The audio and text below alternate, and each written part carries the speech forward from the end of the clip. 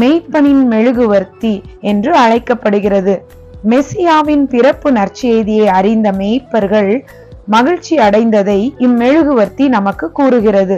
4வது வாரத்தில் ஏற்றப்படும் ஊதா நிற மெழுகுவர்த்தி அன்பின் மெழுகுவர்த்தி அல்லது வான தூதரின் மெழுகுவர்த்தி என்று அழைக்கப்படுகிறது. தனது ஒரே பேரான குமாரனை நமக்காக அனுப்பும் தந்தையாம் இறைவனின் அன்பை பிரதிபலிப்பதே இந்த 4வது மெழுகுவர்த்தி.